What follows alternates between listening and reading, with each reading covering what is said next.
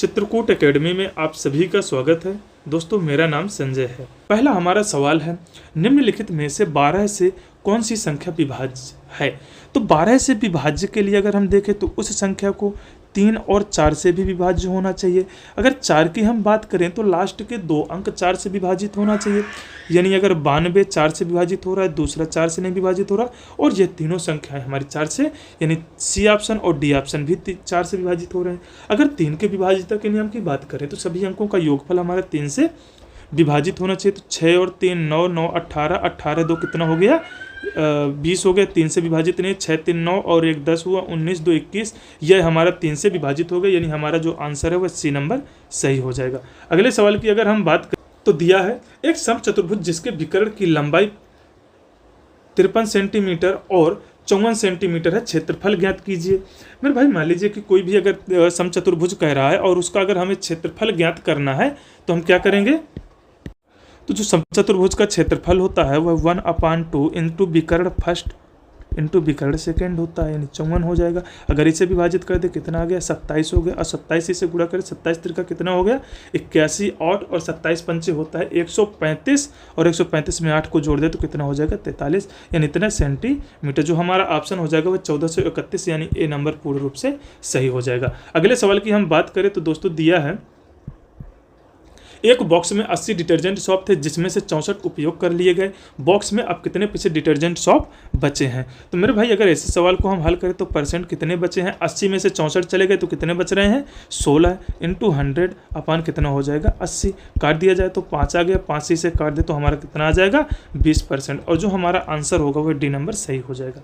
अगले सवाल की बात करें तो दिया है 47 मीटर प्रति सेकेंड की गति से चल रही कोई ट्रेन एक सिग्नल को 11 सेकंड में पार करती है। ट्रेन की लंबाई बताइए। यानी डिस्टेंस बराबर क्या होता है स्पीड इनटू टाइम होता है। और यहाँ से हम देखें तो 11 7 77 हो गया, 7 11 4 को 44 और 7 कितना हो गया 51। यानी जो हमारी ट्रेन की लंबाई होगी वह होगी 517 मीटर, और इस प्रकार हमारे बी नंबर सही हो जाएगा। अगले सवाल की बात करें दिया है राज्य स्तर की क्रिकेट टीम के सभी 11 खिलाड़ियों का औसत भार 84 किलो है। यानी जो 11 व्यक्तियों का भार दिया वो कितना है 84। यदि उसमें कोच के भार को शामिल कर दिया जाता है तो औसत भार जो भार नहीं होगा भार है उसमें 1 किलो की वृद्धि हो जा रही है, यानी कितना हो जा रहा है 85 हो जा रहा है।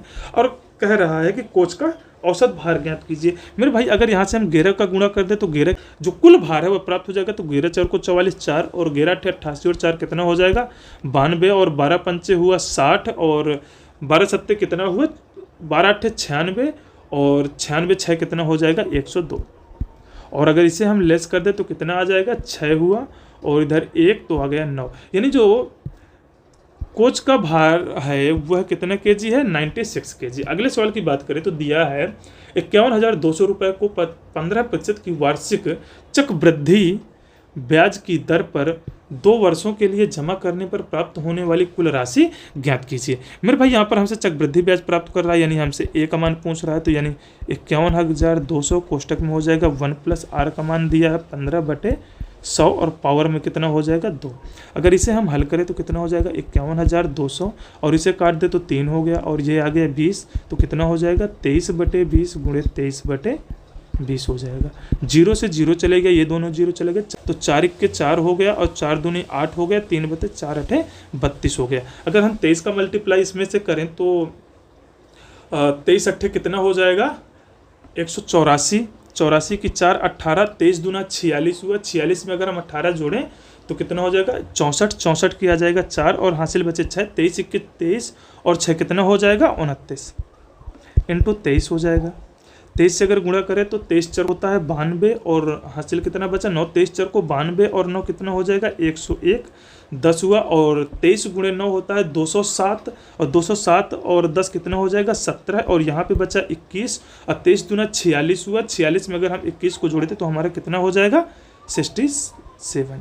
तो जो हमारा आंसर आएगा वह 67,712 रुपये, और इस प्रकार हमारा जो आंसर वह डी नंबर सही हो जाएगा। अगले सवाल की हम बात करें तो दोस्तों दिया है मार्क्स रेस पहला हिस्सा 380 किलोमीटर प्रति घंटा की गति से और दूसरा हिस्सा 570 तय करता है। दोनों हिस्सों की औसत गति ज्ञात कीजिए। तो औसत गति बराबर होता है 2a into B upon a plus B होता है, यानी 570 हो जाएगा। इसे हम करें तो कितना हो जाएगा, 2 गुणे 380 गुणे 570, और नीचे अगर जोड़ दे तो 0 हो गया, 8 7 15 हो गया, 8 और 1 9 हो गया, 0 से 0 चला गया। और अगर इसे हम 19 से विभाजित करें तो कितना हो जाएगा, 19 30 हो गया, और इसे अगर हम 19 से विभाजित करें तो 19 पना 95 हो गया। 5 इसे विभाजित करें तो सीधा सा कितना आ गया, तो यहाँ पे हमारा आ जाएगा 6, और इसे मल्टीप्लाई करते 6 दूनी 12 और 12 अट्ठे 96, यानी 6 आया, 9 बचा, 12 त्रिका कितना हो गया 36, और 9 जोड़ दे तो कितना हो जाएगा 45, यानी 456 मीटर जो हमारे औसत गति वो कितनी हो जाएगी 456। और इस प्रकार जो हमारा ऑप्शन होगा वह सी नंबर सही हो जाएगा।